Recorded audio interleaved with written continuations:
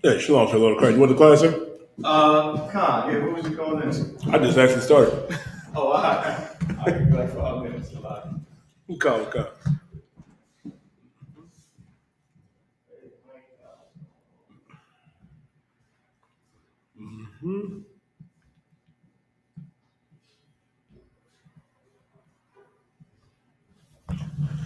All right, shalom. Yahweh Bashim Yahshua Thumb, Yahweh Shemar Thumb Bashim Yahshua, priest and officer of 1,000 get dying, holding it down till 12 show General Mahiman gets here. Now, black man, Latino man, First Nation man and woman, understand this. Now is the time to come out of sleep. Now is the time to realize, you know what I mean? It's time to come out of this world and come back into this truth, come back into the Israelite school of universal practical knowledge. Got to understand, man, World War III is right there on the horizon. Still got Russia, you know what I mean, pummeling the Ukraine. And which is sad, and I saw something, earlier on social media that should tell every black, Latino, and First Nation man and woman this, that they really don't give a damn about us and why it's time to separate from these heathens. Sister posted earlier that the Ukraine got guns faster than, you know what I mean, our brothers and sisters in Flint, Michigan got water. Now, I need y'all to understand how much these weapons cost. They got billions and billions and billions of dollars in a matter of 2 weeks? What do our people get? Nothing. Nothing at all. The fact that they can ship billions and billions of dollars, over there to the Ukrainians, while our brothers and sisters are still in Flint, Michigan right now, still without water, and our Hispanic brothers and sisters still struggling in those cages that they're in, and our First Nation brothers and sisters on those concentration camps called reservations. We got to realize, man, this is the time, you know what I mean, to be in this truth, to shed yourself of the world and realize that the oppressor is the devil that the Bible speaks of, man. Like, that should tell us everything we need to know. And I saw the videos of those poor Ukrainians and they fancy Gucci and, and Fendi, you know what I mean, watches and sweaters and gowns and suits, you know what I mean, loading up on those trains. I also saw them kicking black and Latina men and women off those trains as they could flee. That should tell you right now that we are not on equal terms with the oppressor anywhere. This is why our God wants us to be separate. Once we realize, that our power, our God wants us to be separate, we'll realize, man, that this is high time to separate from these people. Now, if I could, Trooper Nabab, can you give me Leviticus 20 and verse 26, Boba Kashaw? Also, make sure y'all type y'all questions in. Leviticus 20 and verse 26. Make sure y'all also type y'all questions in. 12 show General Mahiman will be here. Type your questions in, so we'll be able to get to them and break them down. But first, let me show you why separation is key, which is also key to understand. Even though the Russians and the Ukrainians are going at it, they're still two oppressors. The fact that both sides can find time to still give hell to blacks, Latinos, and First Nation men and women is amazing. It goes to show you that the oppressor's hatred for us trumps any battle or war that they will have against themselves. Shalom, preach. Y'all watching my show. Yeah, let me get that.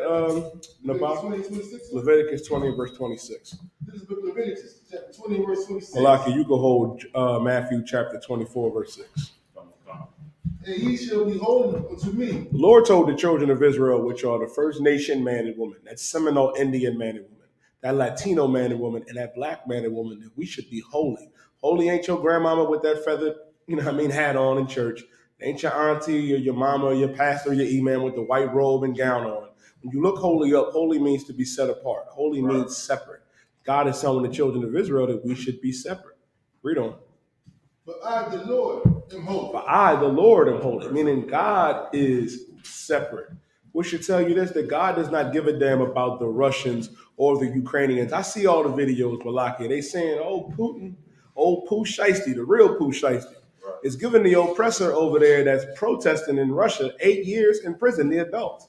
and giving the kids 3 years. I said, well, goddamn. Goes to show you, man. And that's why it amazes me that our people can have sympathy and want to have unity with them. But understand this: what Ukrainians stood up for the causes of blacks, Latinos, and First Nation men and women.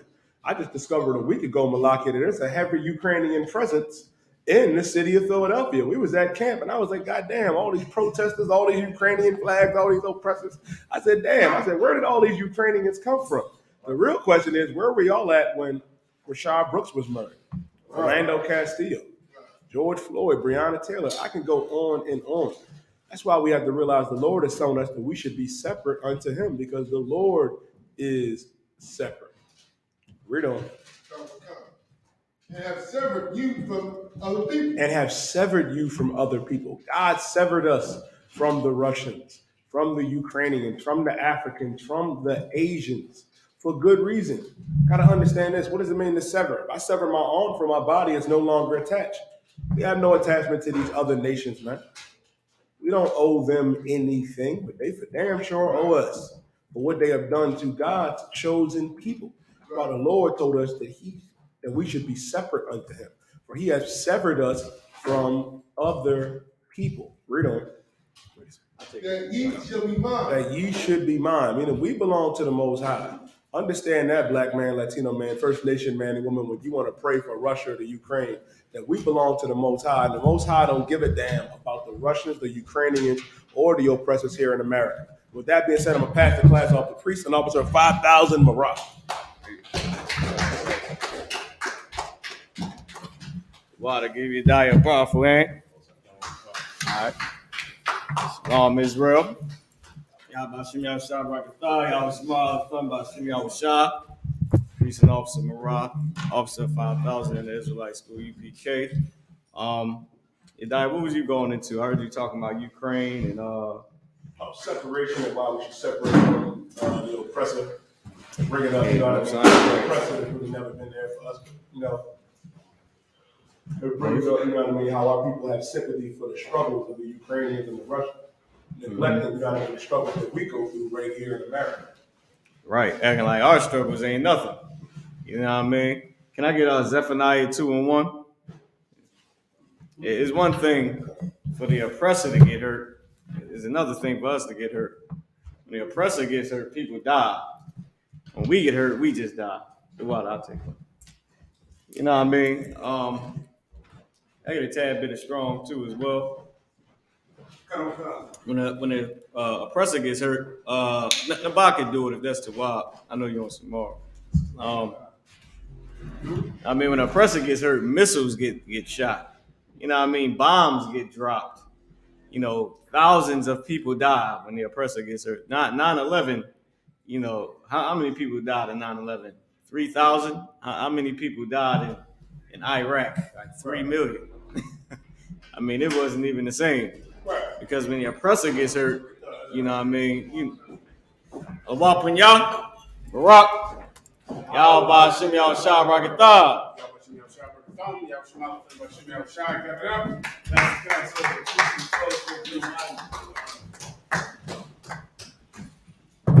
Sorry, Christ. Let's get it rocking. I'll take your questions in the room and your questions online, all right?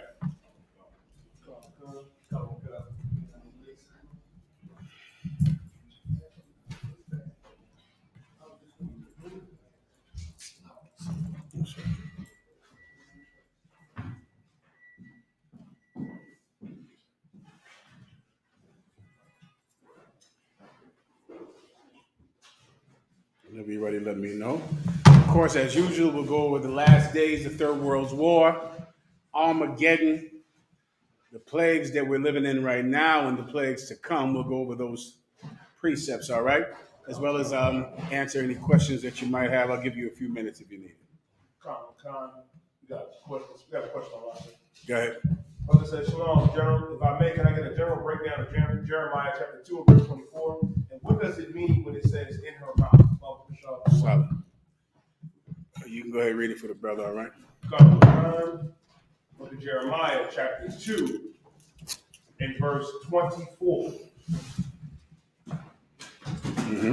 A wild ass used to the wilderness that snuffeth up the wind at her pleasure. Mm-hmm.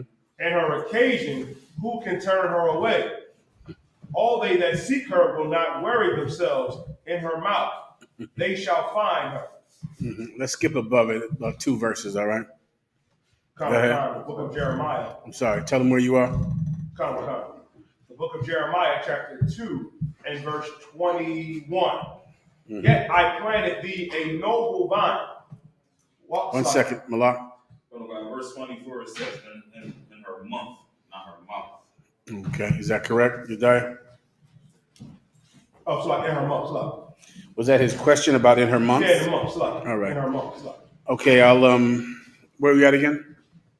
Jeremiah what? Chapter 2 and verse 21. Jeremiah 2 and 21, right? Okay.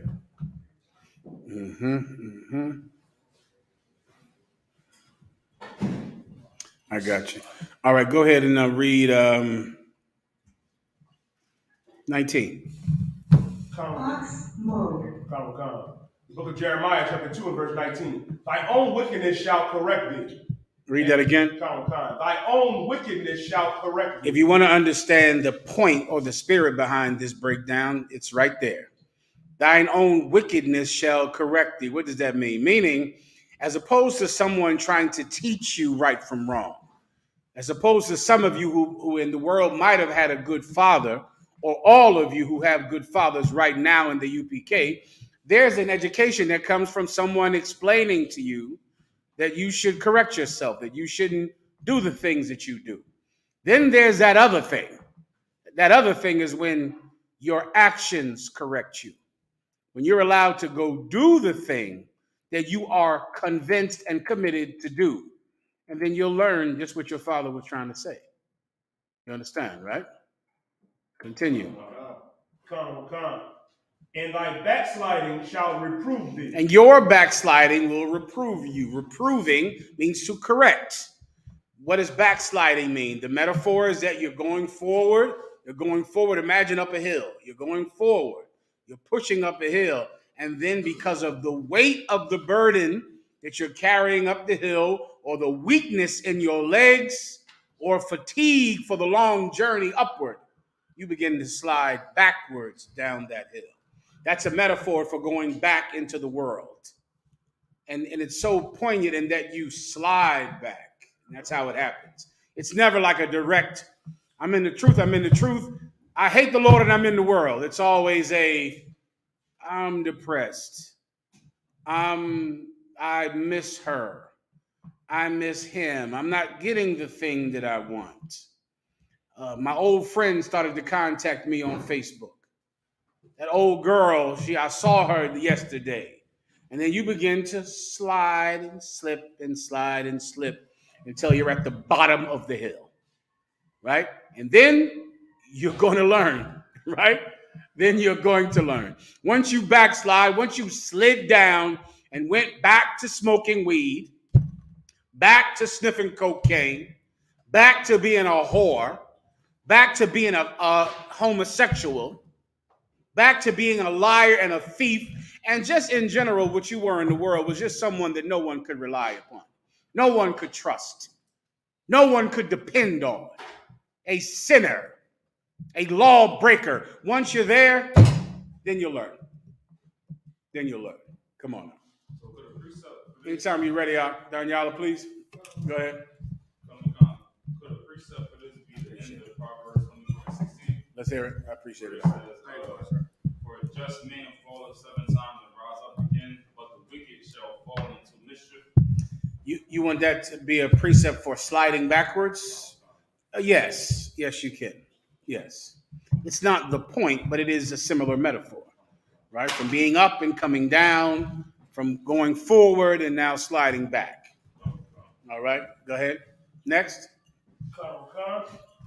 Know therefore and see that it is an evil thing and bitter that thou hast forsaken the Lord thy God. Know now that it is an evil thing that thou hast forsaken the Lord thy God. How do you forsake the Most High thy God? By going back into the world. What does that mean? Smoking weed. You forsook God. You forsook God. So many things that are absolutely pleasurable and make you happy. Those things are what separate you from God. Your pleasure, the things that you like, the things that make life really livable for you. Drugs. Drugs help you to get through the day, right? They work. They're so popular because they work. That's why everybody is smoking them. That's why the white man legalized weed, because he knew that everybody was hooked. And this was a cash cow. And now he just takes it over and you're already addicted. And now weed is the new Winston-Salem cigarettes, right? These things make you happy. And these things that make you happy are how you forsake the Lord your God, because these things, in many or most cases, are unlawful. How do you forsake God? By breaking his commandments. Continue. And that my fear is not in thee, saith the Lord God of hosts. Verse 20. Everybody gets that, right? And his fear is not in you, meaning you do not have the fear of God in you. You're not afraid of God. You think God is a joke, so he'll have to educate you. He'll have to show you. You think he's someone that can be ignored. You think he's someone that can be played with, trifled with, or mocked, and he cannot be. And he's going to show you. That's the point of all of this. Everybody gets that, right? Are we at the scripture, the precept that he wanted to question? Come on. For of old time I have broken thy yoke and burst thy bands, and thou saidest, I will not transgress. So of old, here we go. We're getting to more directly the point about the month. Of old time I have burst thy yoke and broken thy band. What is that talking about? What's a yoke? A yoke is what you put on a beast of burden. It's connected to a plow. With plows, you dig up the ground so that the farmer can grow crops. It's what you put on an ox or a slave if you don't care about him being a human, right? What is a band? A band are the ropes that tie you up like handcuffs. Those are bands, right? Of a long time, I broke your yoke. I broke your yoke and I burst your band. I tore apart your chains. Meaning what? I freed you. That's what I did a long time ago. I freed you. And that's you. You've come into the truth and you were freed from drug addiction. Free from it. Free from whores. I don't know how any of you brothers who have not had sex with whores in so long. And it was such a terrible thing to get over. It was terrible to give up drugs, Isupk. That pain you went through when you first came into the truth, trying to give up drugs, and then you would go back and have to go through that entire pain again, or die because you backslid. Well, the nation of Israel did the same thing. The Lord our God forgave this entire nation many times, a long time ago. Freed us from the captivity we were in Egypt. Freed us from it. Freed us from Babylon a long time ago. Continue. When upon every high hill and under every green tree thou wanderest. And upon every high hill and every green tree. What is a high hill? Something that people look up to. A government, a power, something that everybody says, wow, the people up there are great. Like Mount Olympus, right? Wow, they're great up there. Or Capitol Hill, or the churches, or the mosques, or entertainers. You look up to these powers, these governments, these authorities, and you betrayed God for them. Upon every hill and every what? Green tree, Malak. Mm-hmm. Let's say, if thou saidest, I will not transgress. After he freed you, you said, I will not transgress. What is transgress? Alexa, what does the word transgress mean? The verb transgress is usually defined as to violate a law, command, moral code. Alexa, stop. God freed us, the Most High freed us, and we said, we will not break your laws anymore. Right? That's what we said. Because we were so happy to come into the truth. So happy to be out of Egypt. So happy to be out of Babylon. Happy to be free from the Assyrian captivity. So what did we say? We made a promise. We took a oath. We said we will never do it again. That's what we said. That's what we said. But you know what we did actually? We went and found other hills to worship, other governments and authorities to look up to, and under every green tree.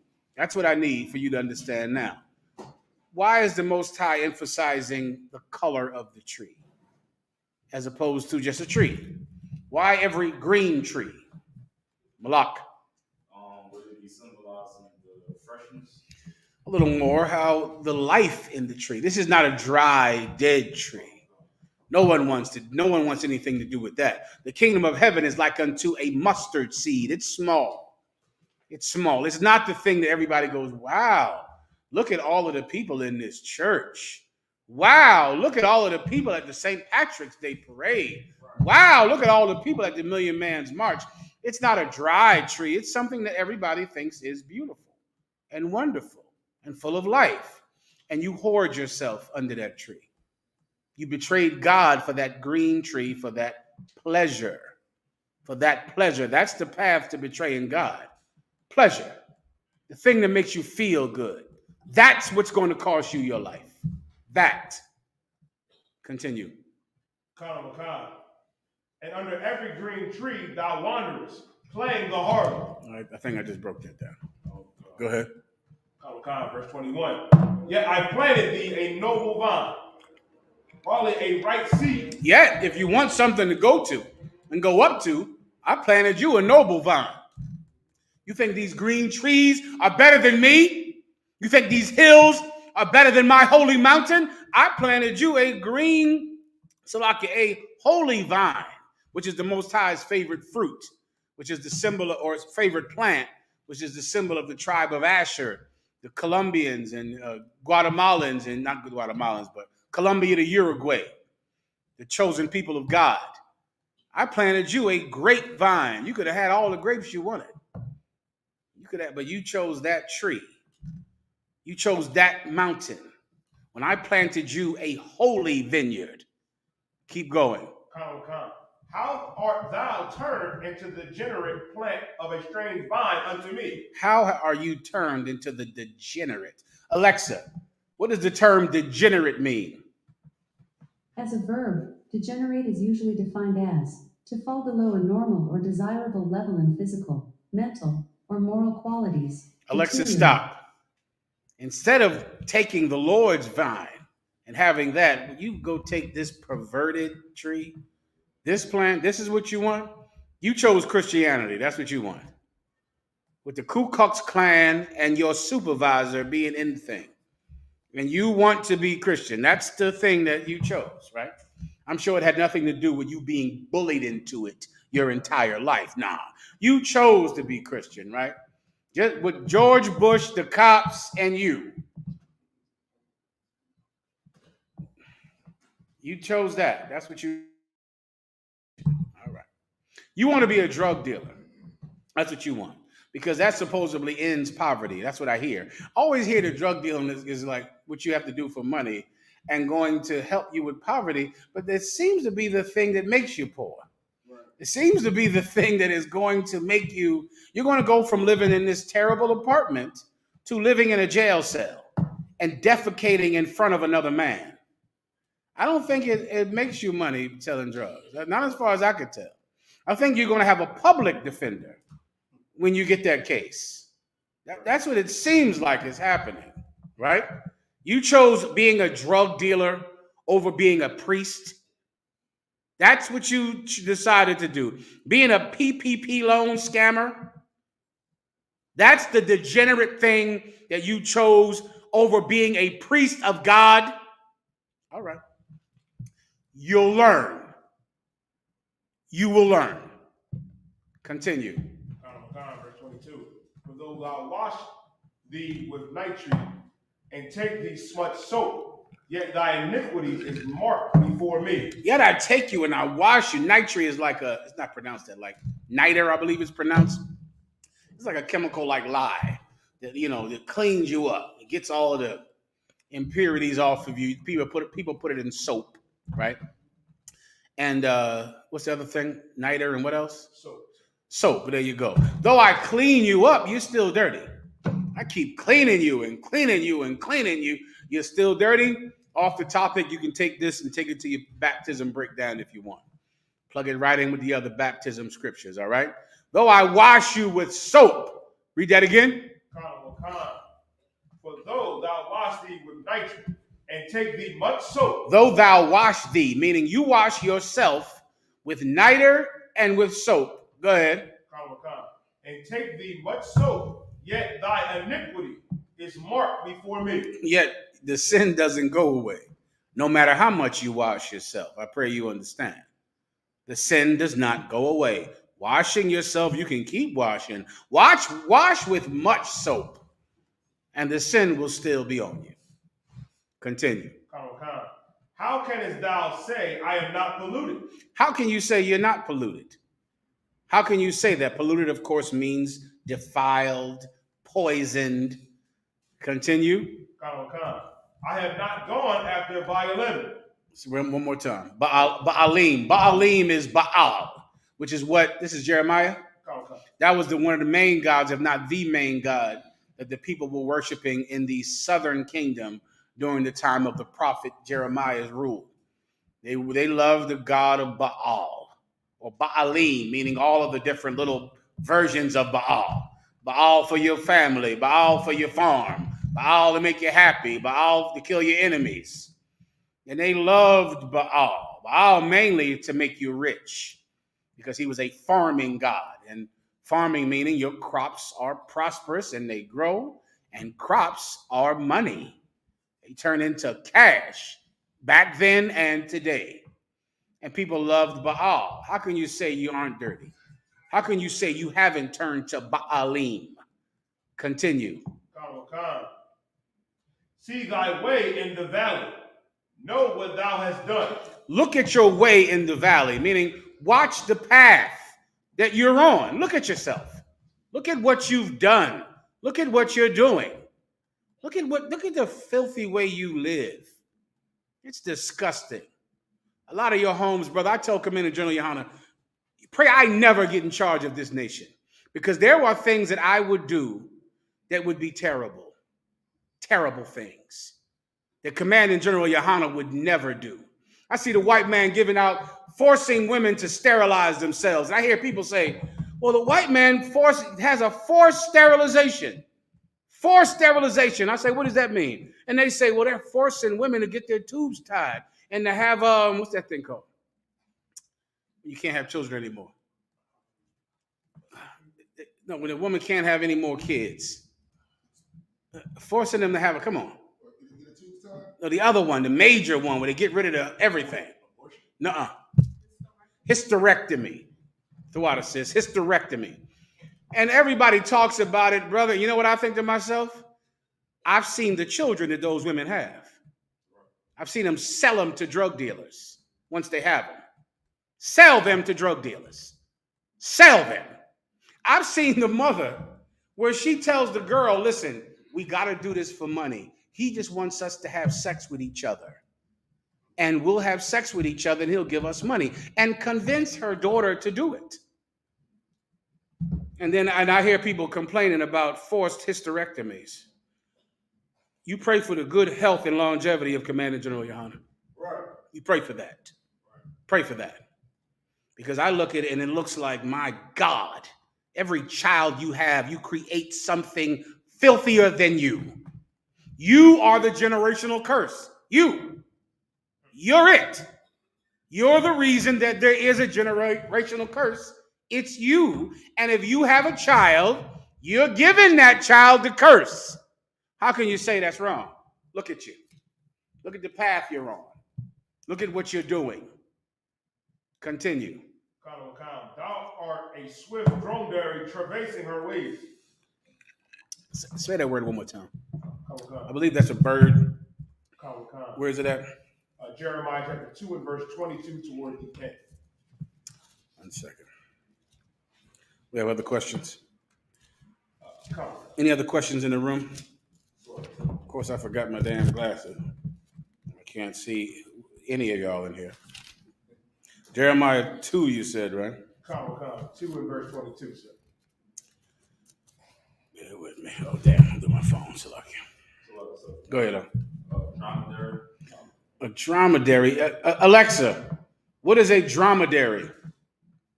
The dromedary, also known as Arabian camel, is a large even-toed Oh, animal dromedary of camel. the genus Camel. Alexa, stop. That's a camel.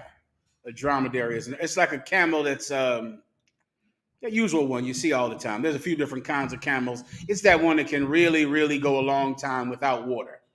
They store water up in that hump, and they can go a long time relative to other animals without water. Go ahead. Come. Thou art a dromedary traversing her ways. Thou art a. So imagine a camel traversing her ways. That's you on this path. So that you're going up and down in the desert and in the dry places with no water. And you're just walking and walking. Continue. Come, verse 24. A wild ass used to the wilderness. That a use to the wilderness. Just like a dromedary. What is a dromedary used to? Not drinking water. He's used to that. What is a wild ass used to? Read that part again. Come, a wild ass used to the wilderness. You are used to the wilderness. You are wild. You are just used to living uncontrolled. You have no discipline. Just today, as I come here today, oh Jesus Christ, just the other day, and I did not get to the gym today, which already was a bad thing. And as I pull up to one of my houses, this brother who is arguing with his woman, brother, it sounds like a murder is happening right next to my car, and I don't like that. And they are arguing, and like terrible arguments. And she's saying, "Give back my what is that thing called? On the back of the car with the numbers on it, license plate." The brother took her license plate off her car because she came to his job trying to stalk him, trying to see if he was with another woman. And so, of course, because he in some way thinks the car is his, more than likely he paid for it or did something for it, he comes and dismantles her Ring camera and takes her license plate. And she is outside screaming like an animal, and he is screaming like an animal, and it sounds like they're going to kill each other. And I was sitting in my car, I said to myself, I said out loud, is this my business? Because I really don't give a damn about any of this. I said it aloud. Is this my business? Because I could care less if they kill each other out here. My car is right here. And I'm plotting it out thinking, maybe in some way this will affect my truck. I don't understand it. I say, all right, maybe it's not my business. I'm in the house. And then as I go in the house, it gets worse and worse and worse. So then I put on my shield and I get my business cards out. Now I got to go out and get ready to work. So now I go dress for work and I go outside and I say, brother, let me talk to you for a second. I don't want to talk to nobody. Okay, I understand. Sis, let me talk to you. I don't want to talk. Oh, neither one of you want to talk. Nobody wants to hear anything. I said, no sweat. I said, well, the white man is going to come and kill you. That's what's going to happen. Sis, why don't you be quiet for a second? Why don't you stop talking? I got to talk to her. He puts the license plate back on the car and he goes to leave. And I go back in the house and I say, can you imagine what they are used to? Living like that. That is absolutely commonplace to them because they have no goddamn class, no sophistication, no training. They are wild.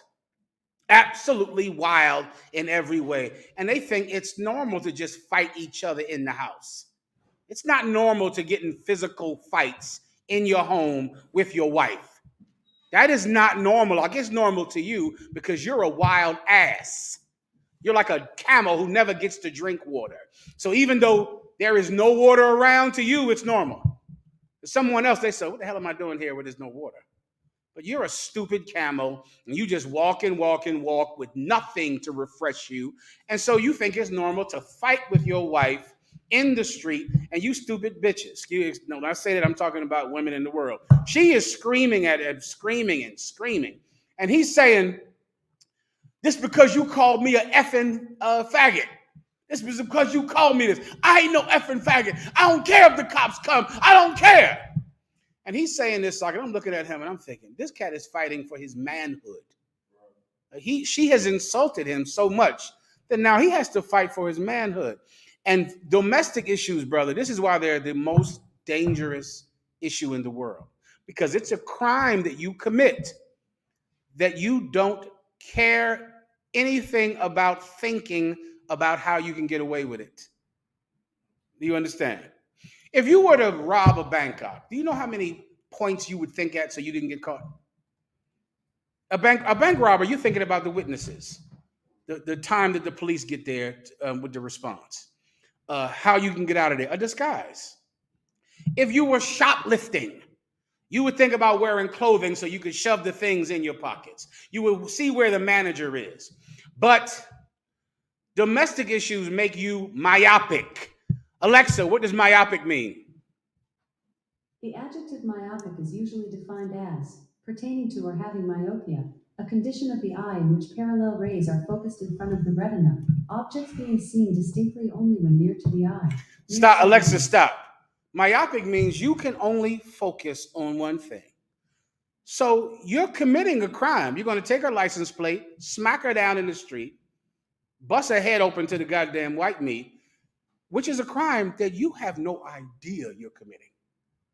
When if you were to shoplift, you would have a lookout. Like there is no other crime where you don't even think about the police. Like it's not even, I'm trying to think of another crime. If you stole a car, what would you do? You plan on when you do it at a certain time. You look around, see if anybody's watching. You pick a certain car. But you are going to smack your woman down in the street, and you're not going to think about it in any way, which makes it so dangerous. And you stupid bitches who push and push and push on men, let me tell you what you're doing. You are constantly provoking him, thinking you're hurting him because he hurt you. But here's the problem. You are so easily controlled by spirits that you don't even know really why you're doing it. Because you're doing it because you're hurt, because you're emotional. What if the real reason you're doing it is so he can hurt you?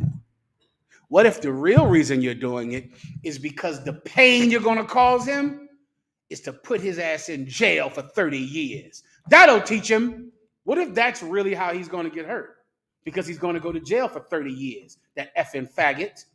I'll show him. What if the real pain is him in prison for 30 years? But see, there's only one way he could go to prison for 30 years. Who wants to blow my mind? Anyone want to guess? You're dying. If he kills you, that'll show him. That'll get him for having sex with that hoe. That'll teach him a lesson. What if you do want to hurt him because he hurt your feelings? But what if hurting him is him going to jail for the rest of his life for killing you? You're myopic. You don't even notice what you're doing.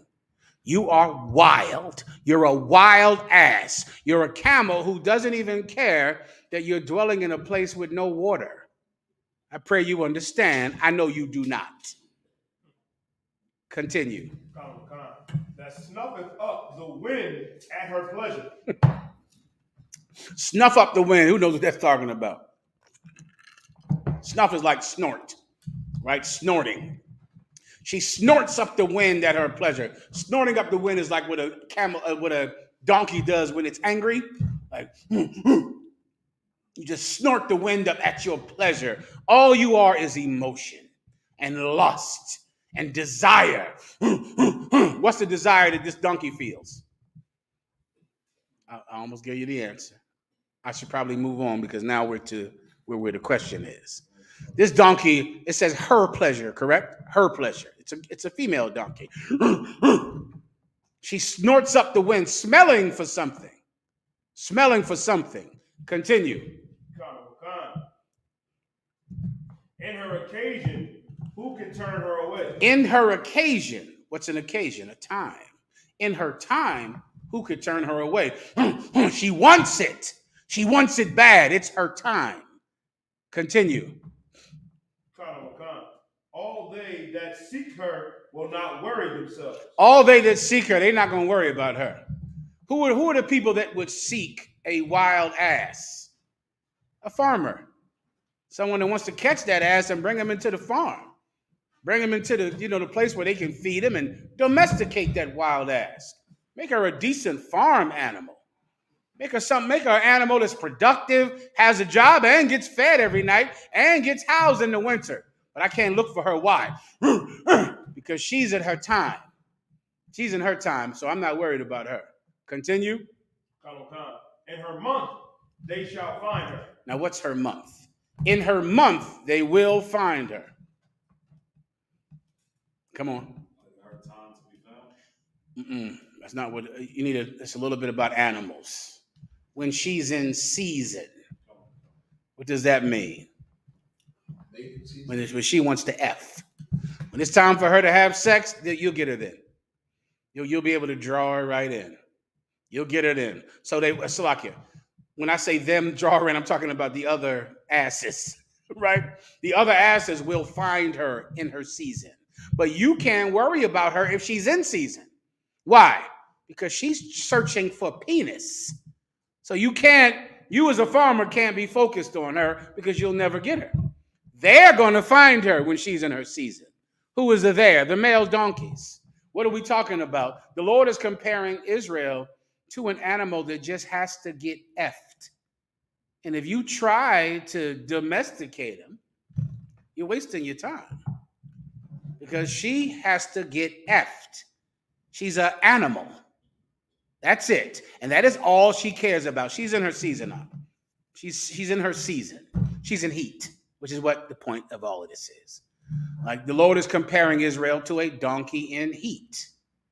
And that's it. And that's you. You're just a base carnal animal raised by base carnal animals. One day you'll get sick of it. Some of you. Some of you. Anything else? That was it, sir. Next question. Okay. Brother, a general breakdown of Ephesians 6 and 12 through 13. Book of Ephesians, chapter 6 and verse 12. For we wrestle not against flesh and blood, but against principalities, against powers, against the rulers of the darkness of this world. Now, this is a scripture about warfare and what our warfare is. The Most High is trying to explain to us that our warfare is not physical warfare. Right now, the Ukrainians and the Russians are fighting each other physically with tanks and bombs and missiles and jets and guns and bullets. Back then, it would have been swords and chariots. That is not our war. Our war is much larger. Our war is for higher stakes. Read it again. Ephesians chapter 6 and verse 12. For we wrestle not against flesh and blood. We don't wrestle, meaning fight, against flesh and blood. We're not fighting, his body. We're not fighting his hands, his feet, his body. We're not doing that. Continue. But against principalities. But against what? Principalities. What's a principality? Alexa, what is a principality? The noun, principality, can have a few meanings. 1. A state ruled by a prince, usually a relatively small state or a state that falls within a larger state such as an empire. 2. The position or authority of a prince or chief ruler. Alexa, stop. You get the point. A power, right? A power. We're not fighting the person that is against us. We're fighting the authority, the power that this person serves. And the power that this person serves is Christianity, Islam, democracy, capitalism. We're fighting these concepts because these concepts are what is in the mind of our people that turns our people from the Lord their God. You have to bring that down. You bring it down. If you want to end fighting domestic violence and fighting in a home, you have to end Christianity. You have to end it because that's where it comes from. It's from the delusion of the Christian church and the selfishness that's taught in the Christian church that makes two people believe that their base needs and their base carnality is actually more important than peace, than kindness. And that comes from the church. That's where it comes from. You fight that, and brothers and sisters will stop fighting in their homes. You have to destroy that. You have to battle for the hearts and minds of people. That's our war. Malak. Who used this for how, like, Christianity was being formed, Islam was being formed, They spread their religion through fighting flesh, through killing people. All right? Because why else would you do that silly garbage? It comes from the man murdering you and oppressing you. You wouldn't do it unless you were forced to. Until over time, you just side with the winners. And that's why everyone is doing it now. Go ahead. Against powers, against the rulers of the darkness of this world. The rulers of what? Of the darkness of this world. The rulers of America. The rulers of the darkness of this world. The rulers of Russia. The rulers of the darkness of this world. The rulers of the Ukraine. The rulers of the darkness of this world. We're not fighting people out. We're fighting the rulers of darkness, and they're everywhere, and they don't have borders. You understand? There are no borders to this. It's not like America is evil and Great Britain is good, or Russia is good and America is bad, or America is bad and Russia is good. That's what the Black Panthers and the Nation of Islam got caught up in. They were so against American oppression that they sided with the North Vietnamese and with the Russians, as if, evil has a physical border. It does not. The darkness of this world, meaning the sin that oppresses our people into serving another nation as opposed to serving the Lord their God. And there's not a physical border when it comes to that. That's spiritual. That's spiritual. And that is where your fight is. Your fight is spiritual. Continue. If I could, how do you fight a spiritual war? Words. That's correct. The word of God, give him a hand. That's correct. That's how you fight it. Words. Words. In many cases, words are what part of your curse.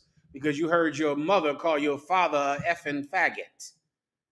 You heard that. And you heard your father call your mother a stinking bitch who's having sex with this man and that man. You had to hear that while you tried to play video games.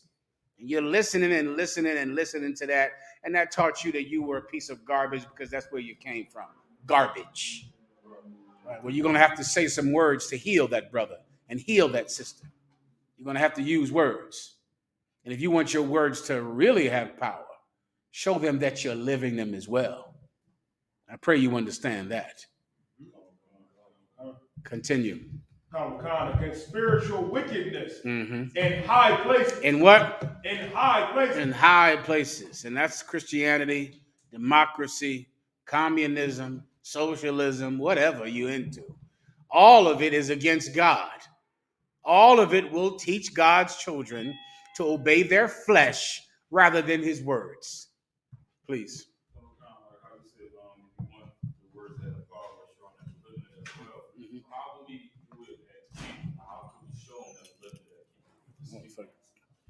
How can you? You're at camp and you want to show them that you're living it.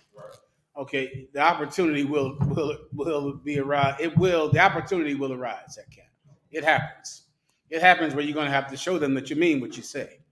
Oh, please believe it happens all the time. You don't know when it's going to happen, but it is going to happen. Well, you'll be now put to the test.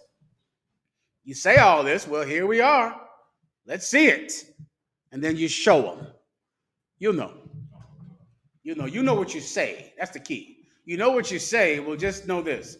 People expect you to do what you say. You understand? The Lord is not mocked as them. The Lord is not slack to do his word as others. There are some people that think they don't have to do what they say. The Most High is not one of them. So you just remember that. If you're saying something at camp and if you're talking and talking, people expect you to be just like that. And when the situation arises, be just like that. Anything else? Verse 13. Wherefore take unto you the whole armor of God. There you go. We know it's spiritual. So now you take on to you the whole armor of God. What is the whole armor of God? This is the whole armor of God. So you want to clothe yourself in this. You want to dress in this because this protects you. The same way a bulletproof vest protects some carnal soldier. The Bible protects you. Why? Because you live it. You live it. Take on you the whole armor of God. You live it, and that's what protects you. As you're battling, you don't eat pork. You don't eat shrimp. You don't have sex with whores. You're not some psychopath that's beating your wife in there because you saw your father beating your mother. That's not what you're doing. You're not some woman who belittles your husband because you saw your mother belittling countless men. That's not who you are. You have the armor of God. You're dressed in it, meaning you live the words of God. I just went over that. Continue. That ye may be able to withstand in the evil day. You understand? On the evil day, you might be able to withstand. You might last when the battle comes. And the battle is coming. It's coming. Anything else?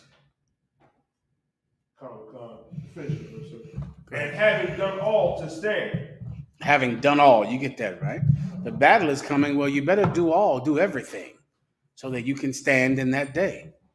Do it all. Anything else? That was my question, sir. Good luck. No, so this is like saying like this is saying like once it's time for a battle, like your fate is kind of already decided based on how you was living or serving the Most High before. No. It's not that mathematical, right? But you have to kind of think of it like a real fight. Now, you might be someone that has not trained the way you should train for a real fight. Does that mean you are definitely going to lose? No, it doesn't. But it means you have not put yourself in a good position to win. That's absolutely what it means, because you haven't trained, you haven't exercised. Now, that doesn't mean you're going to lose. It's not like 2 + 2, but you certainly haven't prepared to win. And the Bible just said to do all to withstand. So you want to do everything you can do so that the Most High can be with you in the day of this battle. Now, if you haven't done it, does that mean he won't be with you? No, that's not a guarantee, because the Lord also has mercy on a fool like you. He does. He might still give you another chance. He might say, well, you're a sinner and you're not doing what you're supposed to be doing at home. But for my word's sake, I will not be embarrassed out here today. I won't allow, the word of God to be made a fool of today. So I'm going to have you win this battle, but not because you have done all to win, but for his name's sake, he could still make you win. He could still be with you in that day. But if I was you, I would do what? Precept in the back. Give him a hand. That's good enough. Do everything. The precept I was going to give is make thy election sure. Right? You just do everything you can do so that you don't have to doubt whether you're going to win. Everybody understands. Next. Brother said, if I may, sir, can I use Ecclesiastes chapter 19, verse 19 as a precept for the breath of life in Genesis? Ecclesiasticus. Let me hear it. The book of Ecclesiastes, chapter 19 and verse 19. The knowledge of the commandments of the Lord is the doctrine of life, and they that do things that please him shall receive the fruit of the tree of immortality. I'll take it, Kun. You can use it. You can also, traditionally, we usually would go to, what's the one we would always go to? Oh, we would go to Ezekiel 37, where the Lord said, breathe the breath of life into them, and they stood on their feet, a great and exceeding army. You put that, but you also can use that one right there, all right? Next. Brother wants to break down in Ecclesiastes chapter 42 and verse 7 through 8, sir. Go ahead.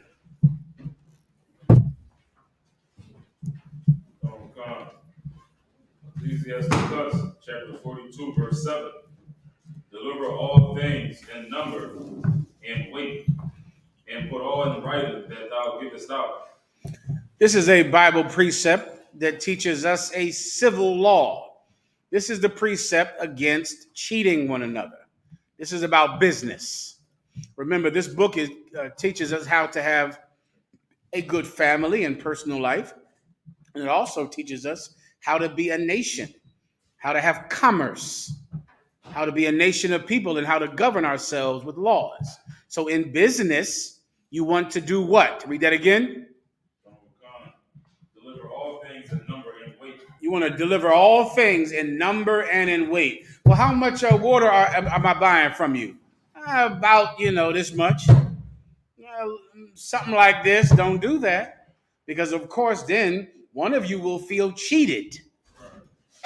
After you count the waters up later, you'll say, wait a minute, I thought I was getting this much water. I thought I was getting this many bananas, this many coconuts. So what do you want to do? You want to do it in weight and in number so that we both know that we are not cheating one another. Because feeling like we have been cheated will make us fight each other. We'll fight each other because no one wants to be violated. Violating your brother is why you don't have peace with your brother, because you sleep with this woman. You cheat him out of money. You do bad deals with him and gyp him. And that's why he wants to shoot you, or you want to shoot him. So how do you make sure that doesn't happen? When you do business, do it in writing, weigh the thing out. Everybody understands what they're getting. No one is buying something that they don't know that they're buying. If you can behave like this, if you can civilize yourself, then you won't have to kill each other. Simple enough to understand, right? I know you don't understand it. Continue. And put all in writing that thou givest out. And you do everything in writing that you give out. This is called today a receipt. That's what this is. Right? This is how nations, if they have any sense, they look to the Bible. And they mimic to the best of their ability what God instituted in Israel. This is the receipt law. This is where receipts come from.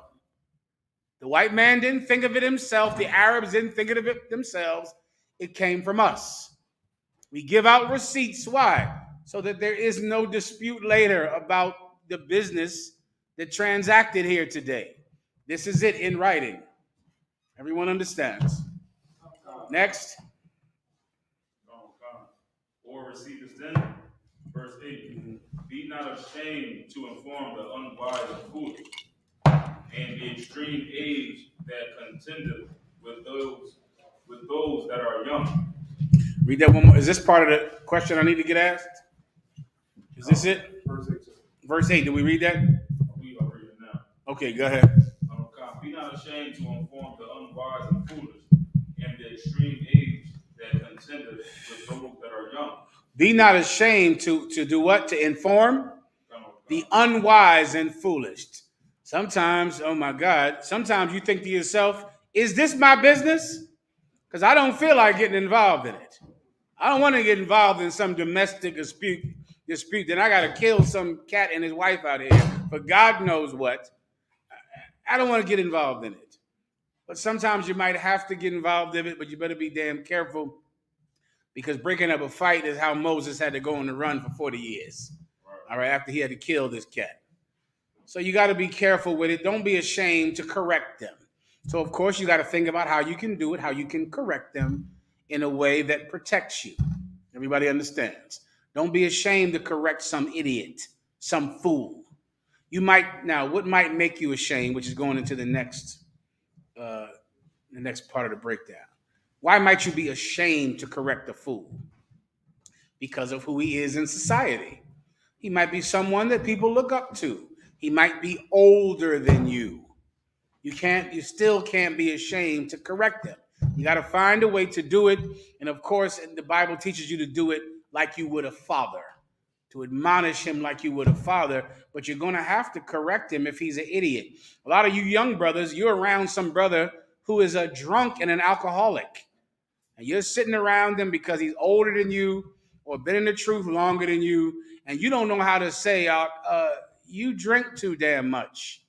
You're a drunk.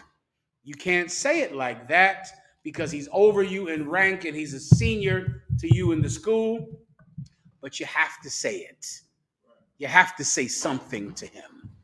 If you're around some senior officer and he is a pissy pants drunk, and when you go out with him, you always have to watch him because he's touching some girl in the bar, because he's talking too loud and getting in bar fights, and you're thinking because you're an officer of 50, you can't say anything to him. We don't teach that in here. That's not what we teach in here. If you're doing it, Don't think you're doing it because the UPK told you to do it, because the UPK is telling you to correct him. So if you're not doing it, it's because you're ashamed, you're scared. But it's not because it's our order or how we teach young men to be. Because we don't teach young men to be cowards or bashful. We teach all of you to be courageous. And if you have to correct a brother who's over you because he's a drunk or doing something stupid, you might see some young brother, some senior man doing something that you know he shouldn't be doing, but you don't know how to tell him. You better find out how to tell him. But you better tell him. Continue. Thus shalt thou be truly learned. Then you're going to be truly learned.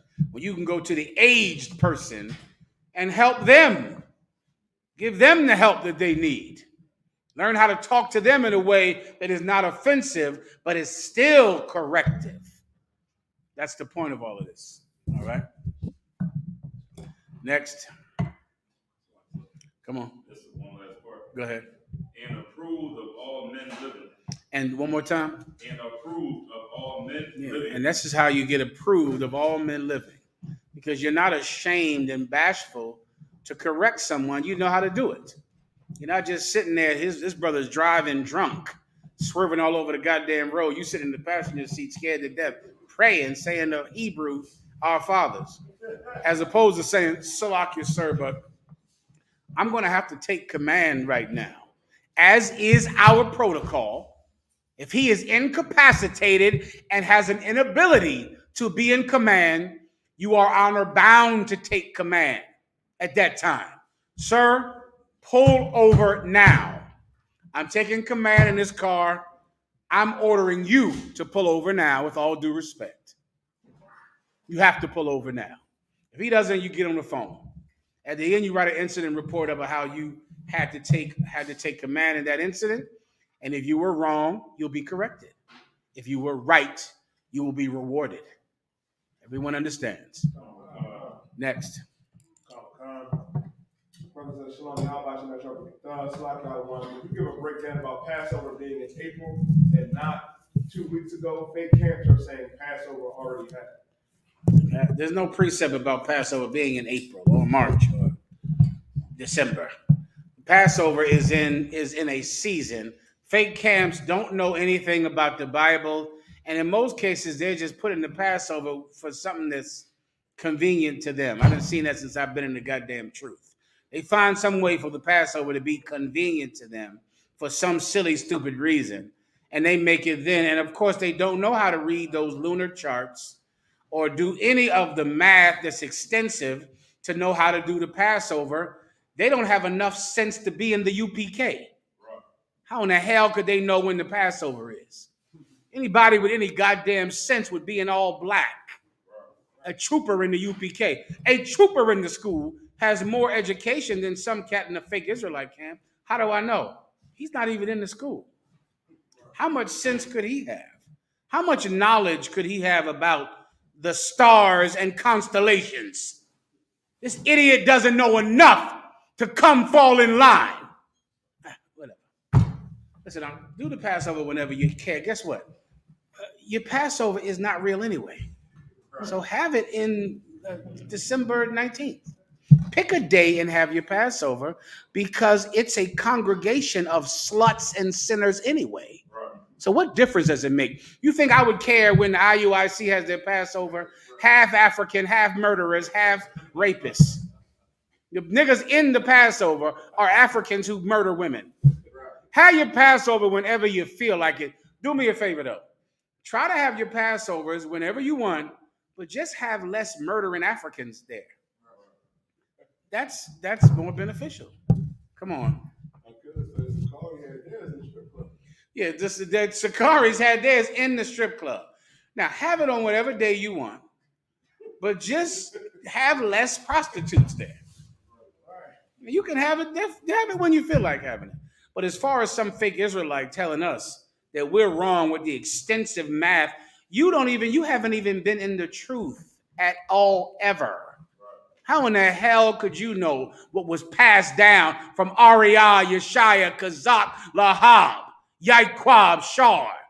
You couldn't know a goddamn thing to know what they passed down to Commanding General Yohana. How in the hell could you know? Stop smoking weed. Start with that. Fake Israelites smoke weed. They have sex with prostitutes, white women, and transsexuals. What difference does it make when you celebrate the Passover if you have sex with transsexuals? I gotta move on. Do it when you feel like it. Do it. I don't give a damn. Do it. The Passover is when again this year? That's the Passover. April 15th is the Passover. It's the Passover because I told you so. That's it. The Passover is April 15th. If I come in here tomorrow and say the Passover is in 2 minutes, nigga, cook the lamb. Cook it. Start cooking the lamb. The Passover is April 15th, and you're going to do it. And that's it.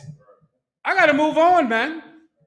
Come on. I know, like last year, or while the coronavirus was happening, the schools in the UK couldn't attend the Lord's Passover, so they had their own. Mm-hmm. So, how would the process go if, like, a single person couldn't make it because they're a slave or something? Okay, well, there's a provision in the law if you're on a journey far away and you can't attend the Passover, you can have it a month later, right? I'm fine, warrior. There's a provision in the law for things like that, right? But now, also, there's also the scriptures say that we have to come together. We have to be together as one in the Passover. That's also in the Bible. So what the Israelite School of UPK has done in times like this is we will simulcast our Passover into lands that can't come together with us. We had to do this for the first time during the COVID-19 epidemic. That's the first time that we were not actually able to be together as is traditional and lawful to be together. Because there was no way for brothers and sisters in Trinidad, Jamaica, Brazil, and the UK to come to have the Passover in Jerusalem. So because of that, what we did is, and what we will do this year, if we have to, I don't know if we have to yet. That's not one of the departments I'm over. General Hazayan is in charge of that. But if it happens, then we'll have to simulcast it, meaning we'll broadcast our Passover over there. They'll broadcast their Passover over here to us, and we will be together to the best of our ability. All right, we'll find a way. But what we should all pray that the Most High does is allow us to be together. Allow us to pray as one. And this year, allow all of us to reaffirm our oath to the Most High God together. So if we can't, we do it like that. You understand? Come on. Just to be clear, like if one brother couldn't make it, he would have to find. He can't have one brother can't do it. If he's some brother just found the truth and he's somewhere, he can't do it. He's gonna have to do it the following month. Right? But I'm talking about the UK school, which is what that explanation I just gave you. The UK school, the Trinidadian school, they come together with the brothers and sisters there. So they still have to come together. They come together, but we find ways to join each other. We use what we can use, the technology available to us or whatever we have. But we find a way to have the same experience that night because that's what the Bible says. That night, we all are one. April 15th, we're one. April 15th, whatever happens to you happens to Commanding General Yohana. We're going to share that night. You'll have the same night he has. All of us will all do the same thing. We will all be in peace and safety together, or our lives will be in doubt and will it be in danger together that night. And so we have to find a way to do it.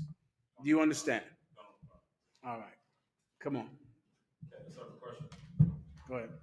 James 3:10, where it says, out of the same mouth proceeded blessings and cursing. Mm-hmm. My brother, and these things are not to be. So like it was in verse 4. James chapter 3, verse 9. Mm-hmm. Therewith bless we God, even the Father, and therewith curse we men. What's your question? When they say we bless God and curse men, what was the curse of men? Cursing men would be like, you're a mother effer. You're a bastard. You're a bitch, you a liar. That's cursing. Insulting. An insult is a curse. You understand? When you're trying to say something to hurt him. I'll give you another curse that's hard to understand. Gospel music is a curse. That's a curse. You're going to say something to hurt them. Some forms of music, curses. If you are teaching someone to sell drugs and to sleep with another man's wife, many forms of gangster hip hop are equal to gospel music because both of them are telling you to do something that is harmful to the soul. Do you understand? And entertainment is education. If that's not true, tell the people from Sesame Street. All right? Entertainment is education. I mean, the ABCs are in a song for a reason. Do you understand?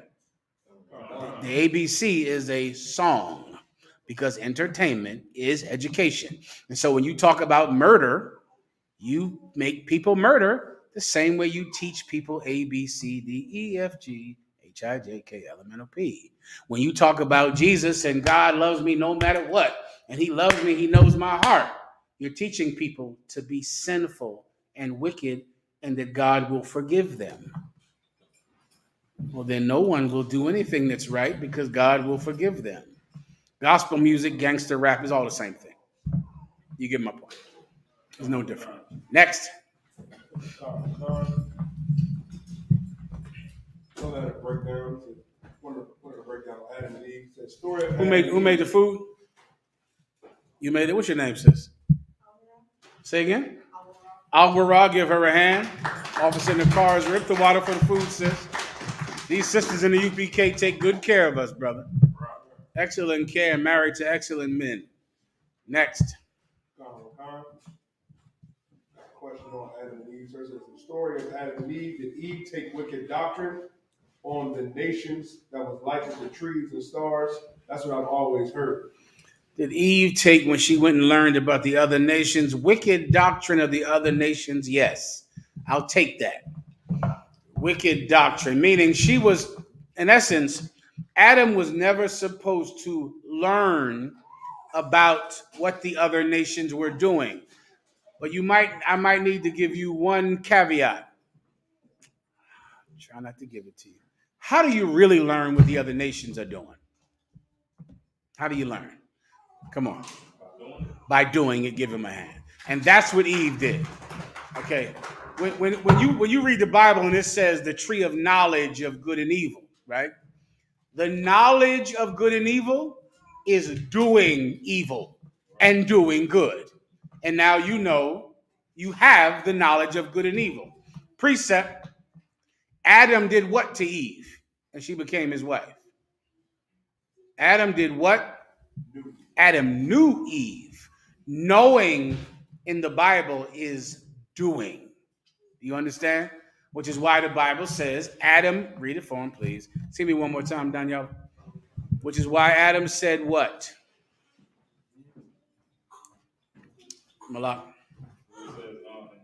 Tell him where you are. Genesis chapter 4, verse 1. And Adam knew Eve. Adam did what? Knew Eve. Adam did what? Knew Eve. Adam knew Eve. Go ahead. His wife. Go ahead. What does that mean when Adam knew Eve? He had sex with her. Right. The term carnal knowledge. Alexa, what does the term carnal knowledge mean? The noun carnal knowledge is usually defined as sexual intercourse. Alexa, stop. That's what it is. Carnal knowledge. Do you understand? So when their eyes were open, they felt what it was like to get high. Now, those of you who have been through that, ooh-wee, do you understand? When that cocaine is delicious. The powder form, delicious, wonderful, and you will hurt and shoot so many people, and it will feel so great to do it. And if you're a more, laid back brother, if you just smoke that weed, all the different strains they got now, flavors and different, all kinds of different flavors, and the flavor with the blunts, and you are not going to care about anything. If you're stressed, you can smoke this strand of weed and this weed and that weed. No more stress, no more fear. A lot of you brothers are scared of, I was about to say the other word, but you're afraid of girls. A lot of you. You're afraid of you're afraid of girls. Unless you're high. Then when you're high, you can talk to girls. Congratulations. You can talk to girls now. What is it like when you're not high? You can't even talk to them, can you? They scare you. You're afraid of girls unless you're high. Then when you're high, everything opens up to you. Oh, you're cool as the cat, like a Nutty Professor. Who was the cat, Nutty Professor? You were like Eddie Buddy Love. Buddy Love, that's your love potion. I see you now. Your love potion is weed. Oh, you women, forget about it. You got so much jealousy and anxiety, you can't even give a man that tail unless you smoke weed. Because you can't stop being angry. You're so angry all the time, mad and jealous all the time. The only way you can serve up proper tail is to get high. Now you can actually have sex now because you're high. But if you don't smoke weed, you are so angry you can't even have sex with a man. You can't even do it. Well, now you know what it's like to get high. Now you know. Now you know what shrimp tastes like. Now you know what pork and pork spare ribs taste like. Now you know what pork, all the filth that you put in your stinking hole. You know what all of it tastes like now. And now that you've tasted it, now you are what? Who knows? Blow my mind. Addicted. If you want to understand this precept, just understand drug addiction. For those of you brothers who were filthy and sold drugs, the first hit is free. Do you understand? The first hit is free. Can I move on? Is this breaking down itself? That's what happened with Adam and Eve. The first hit was free. All right? The first hit was free. Next. Khan. Brothers at Shalom, Lord Christ Church, Salaki, if I may. And I got a breakdown of Ephesians chapter 4, verse 29, and Romans 12 and 14. How do we cut the Christian nation, the Christian notion of curse words? All right. Go ahead and read it. Ephesians chapter 4, verse 29. Let no corrupt communication proceed out of your mouth, but that which is good to the use of edifying, that it may minister grace unto the hearers. Corrupt. Alexa, what does corrupt mean? As an adjective, corrupt is usually defined as guilty of dishonest practices, as bribery, lacking integrity, crooked. As a verb, corrupt is usually defined as to destroy the integrity of, cause to be dishonest, disloyal, etc., especially by bribery. Stop, Alexa. Alexa didn't mention 4-letter words just now. Right. She didn't mention 4-letter words or curse words. That's funny. But she did mention lacking integrity. Right. She did mention lying. She did mention that. So what is corrupt language? Corrupt language is eating pork is fine according to God. God loves you no matter what. Woman, thou art loosed. You can be a homosexual. God made you that way. That's corrupt language. Why? Because it erases integrity. Because without the Christians telling me to give myself over to my flesh, I would fight those things when they come into my mind.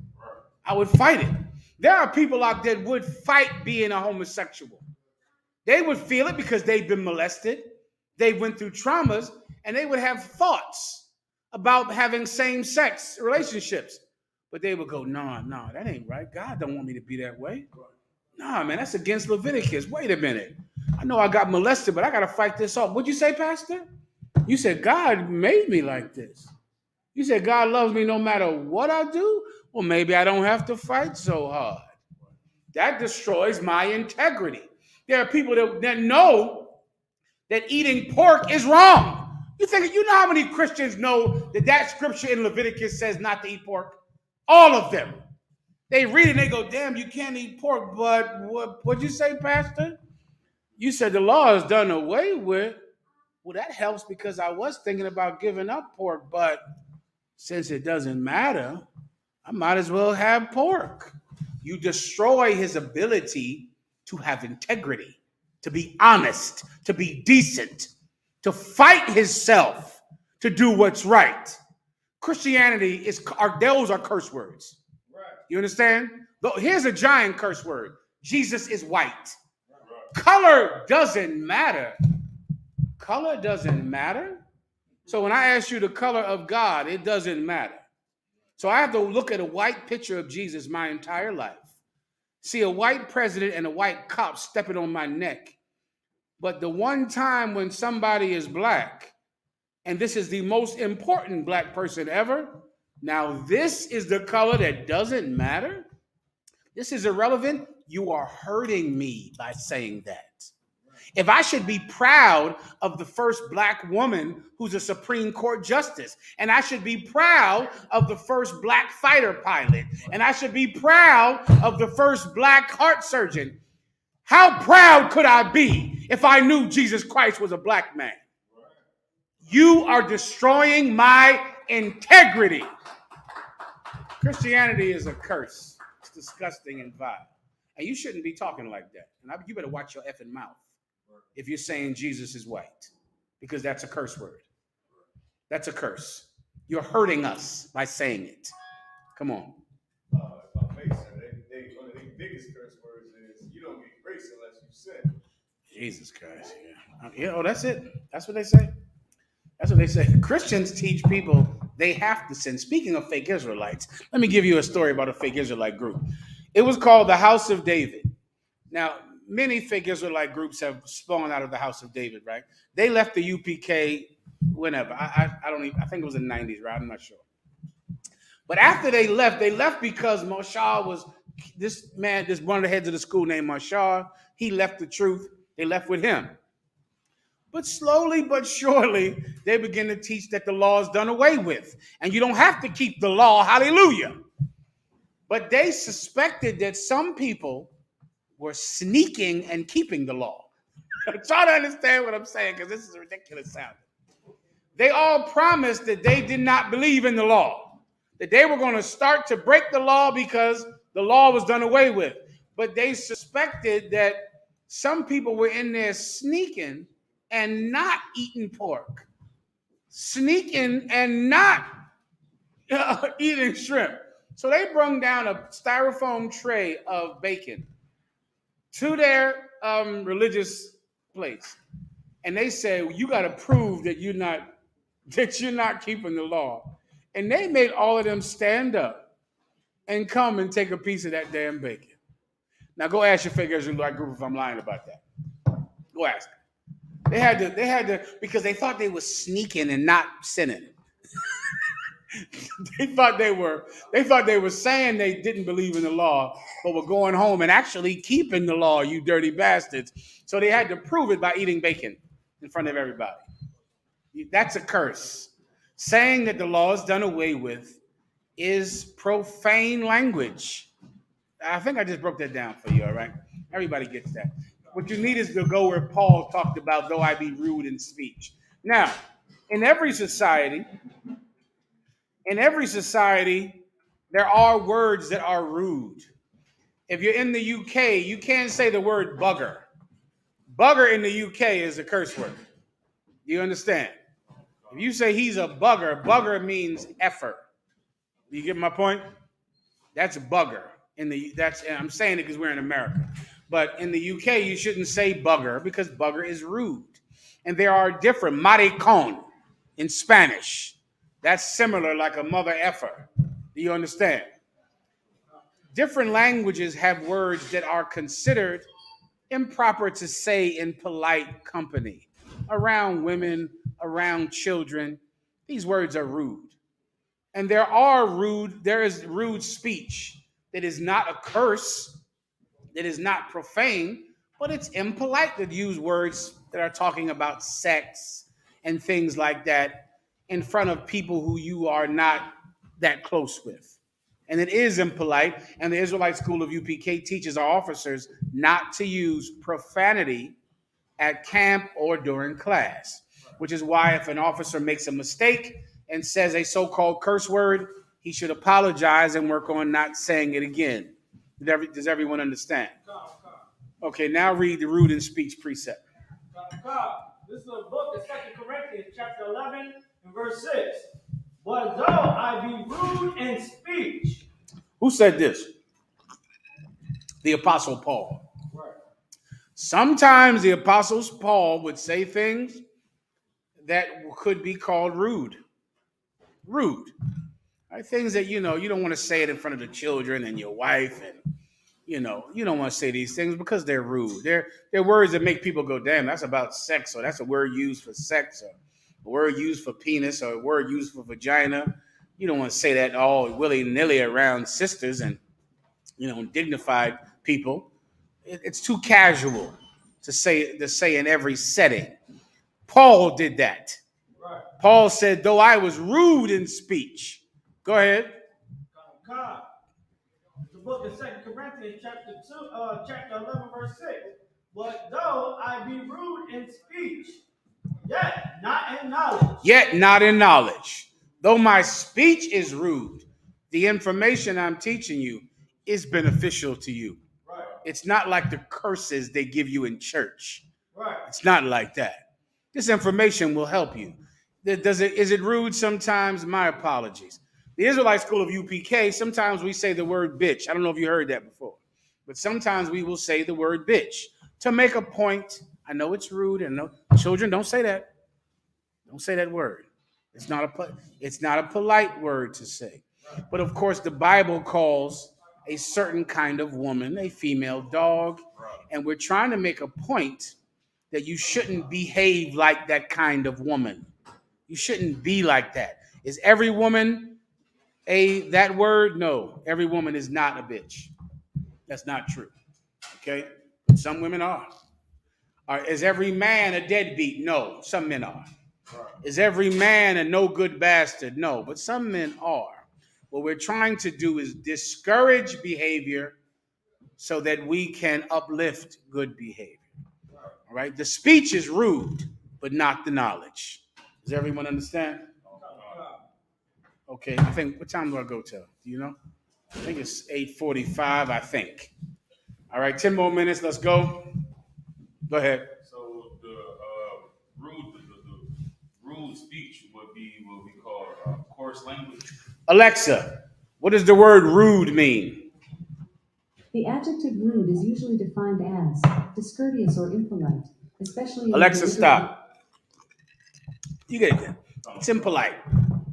You don't want to just go to your mom. Hey, mom, you dirty bit. You wouldn't say this in front of your mother, your kid. Right. Words you don't want your kids to say, unless you're teaching your kids to say it because you're some type of animal. Right. With some of you like your kids to curse, I guess, and dress like whores, and I don't know. You're basically not even human, so I don't know if you understand what I mean. But things that kids shouldn't say, that a good parent wouldn't want them to say. It's discourteous. It's not polite. Saying bitch is not polite. Right. Do you understand? It's not something that's polite to say. I'm saying it, and the UPK says it to make a very important point. Right. You get the point, but it's not something that you should just say all the time, or want your children to say and think it's funny, because it's not. Everyone understand? Nigger is another word that's impolite. You shouldn't say nigger because it's impolite to say nigger, but the nigger is in the Bible, Acts 13:1. So you have to say it in certain cases to make a very important point. The apostles were called nigger, and it's in Acts 13:1. The speech is rude, but the knowledge is not. You understand? All right. I gotta go. Next. I have a question that says, Lumsha, if I may, I understand that Paul wrote the book of Romans, but in Romans chapter 16, verse 22. So 1 second. See what the brother needs from me real fast.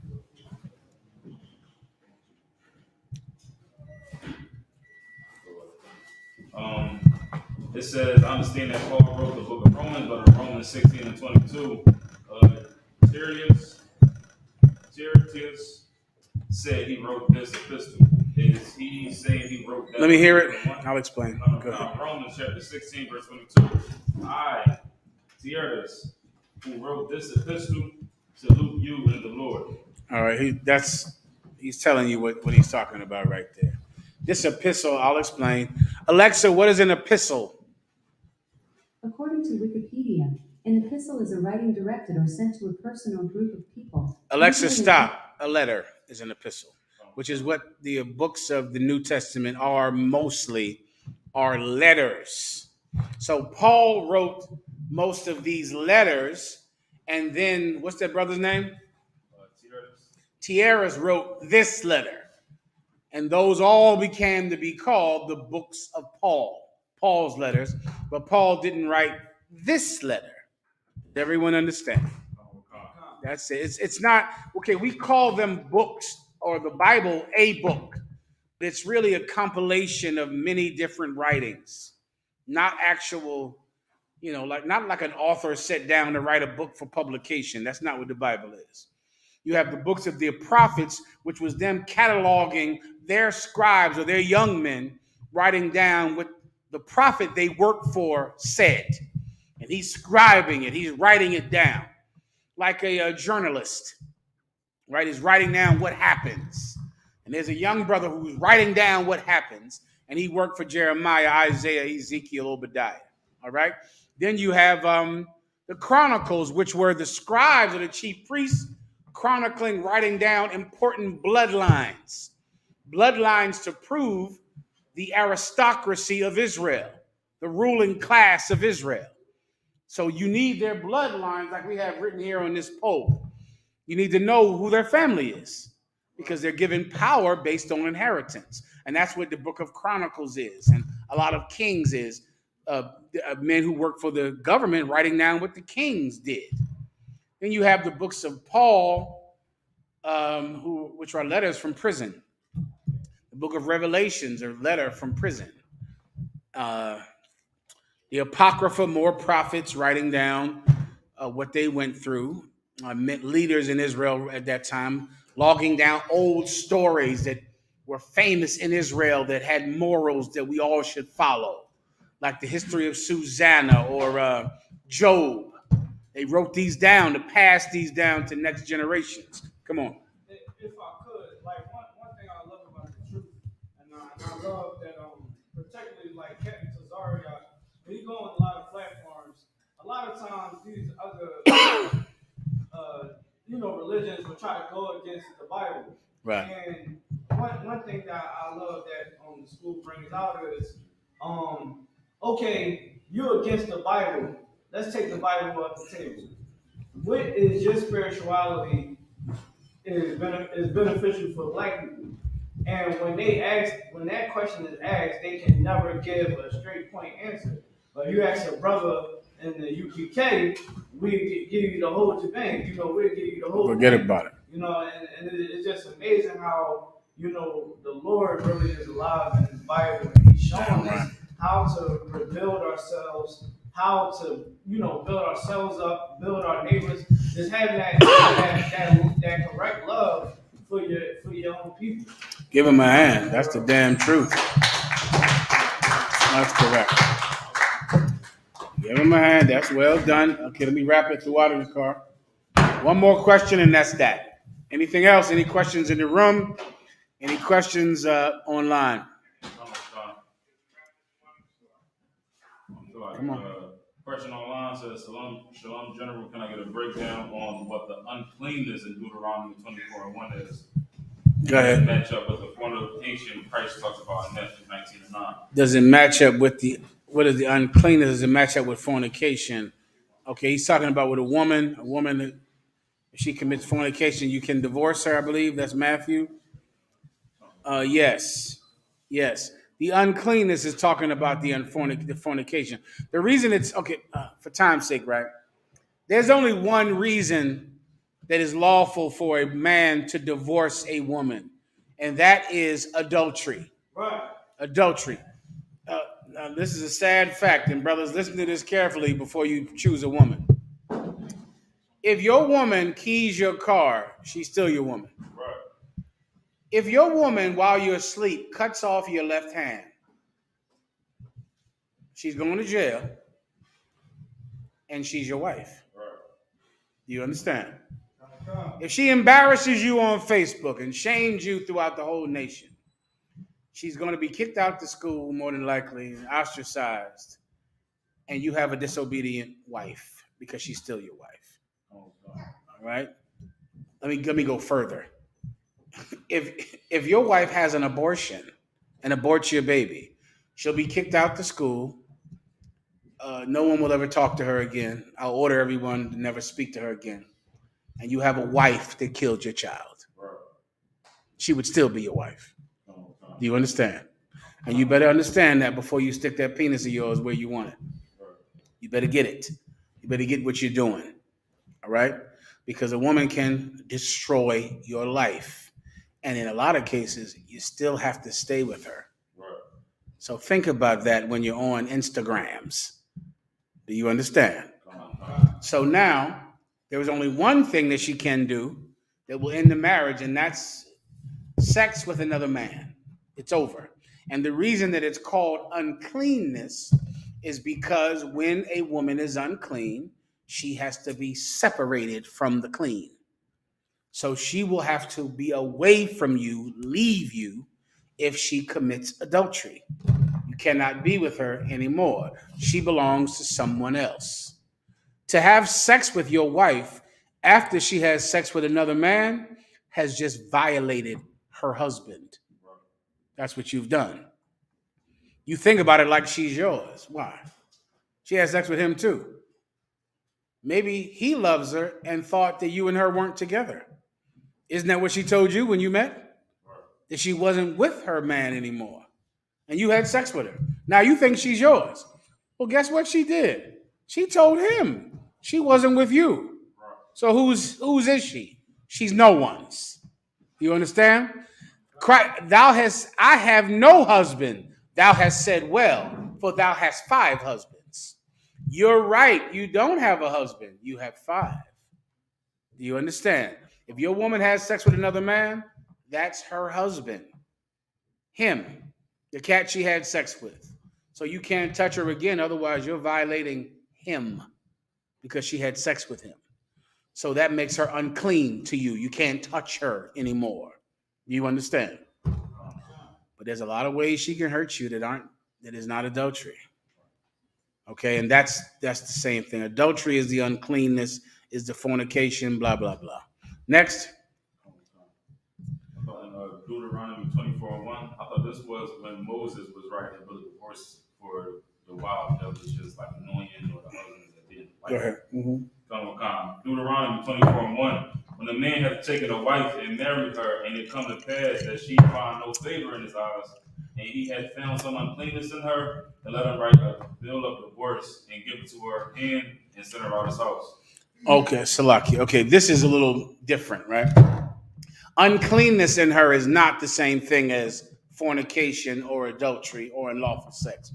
Some uncleanness means something that makes him want to separate from her. Some uncleanness could just be, she gets on your goddamn nerves.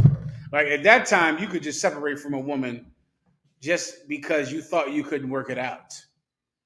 Something that made you separate from her. Christ then came back and said, in the beginning, it was not so. Right.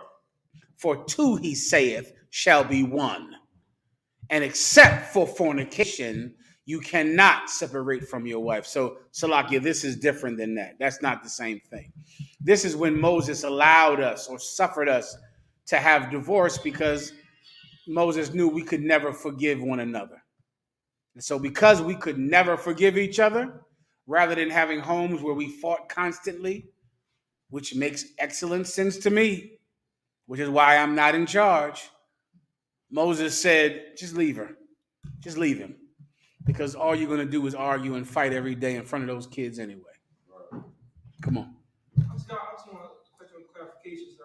When you saying the man that sleeps with, like you married and the man sleeps with your wife, Are you saying any man that sleeps with your wife last, that's her husband? Or Yes. Oh, calm. That's exactly what I'm saying. Why do you think she's yours? You slept- She slept with him too. So now she's his. And guess what? Next week, she's his. And next week, she's his, which means she's with no one. That's the point. That's what Christ told in Matthew 12:22. Let me give you another question that's disgusting in 6 so I can go. If your wife has sex with another woman, that's adultery. Do you understand? Fornication is unlawful sex. If your wife is some type of, a lot of you brothers, Lord, I'm trying to, kids, come close your ears.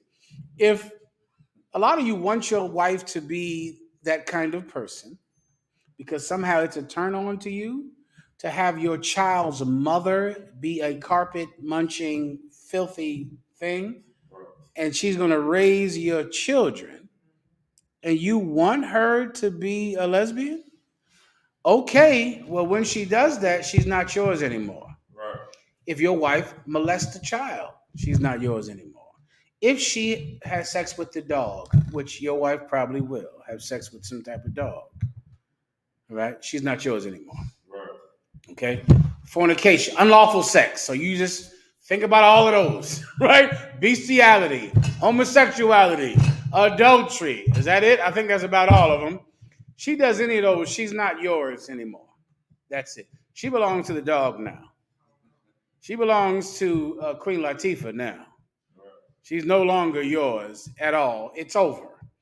You get all your stuff up together, pack up your video game, and get the hell up out of there. Next. Isn't it a precept, paraphrase, some say like every lesbian is like a whore or something? Yeah, that's the same thing. It's in Ezekiel, where it says that two of them bruising the teats of one another, which is what two lesbians are doing, rubbing each other until they get bruised, which does absolutely nothing for real sexual gratification. If you want to know what that is, marry a brother in the UPK. With that, pass the class over to Priest Officer Barzal.